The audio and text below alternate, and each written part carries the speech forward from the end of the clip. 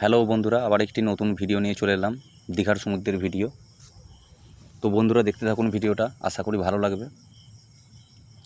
তো বন্ধুরা দেখুন দীঘার সমুদ্র এখন কতটা উত্তাল এবং সব সময় প্রায় জোয়ার চলছে। তো ভাটা খুব খুব খুব একটা সীমিত সময়ের জন্য ভাটা থাকে, ভোরের দিকটায়, একদম ভোরের দিকে। তাছাড়া সব সময়ই জোয়ার। তো বন্ধুরা এখন যারা সব এখানে ঘুরতে আসছেন বা আনন্দ করতে আসছেন, তারা কিন্তু ঠিকঠাকভাবে আনন্দ করতে পারছে না, শুধুমাত্র এই জোয়ারের জল বাড়ার কারণে।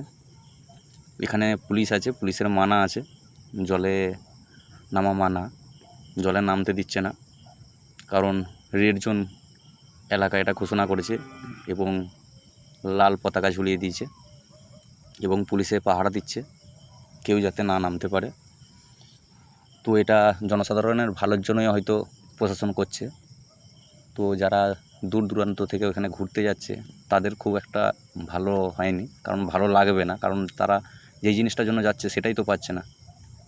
তো বন্ধুরা, আমার ভিডিওগুলো যদি ভালো লেগে থাকে অবশ্যই চ্যানেলটিকে সাবস্ক্রাইব করে পাশে থাকবেন এবং পাশে থাকা বেল নোটিফিকেশানটাকে অন করে দেবেন এরকম নিত্য নতুন ভিডিও পাওয়ার জন্য বা ভিডিও দেখার জন্য।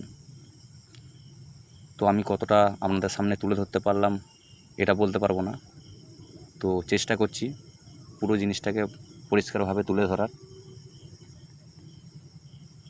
তো দেখুন বন্ধুরা।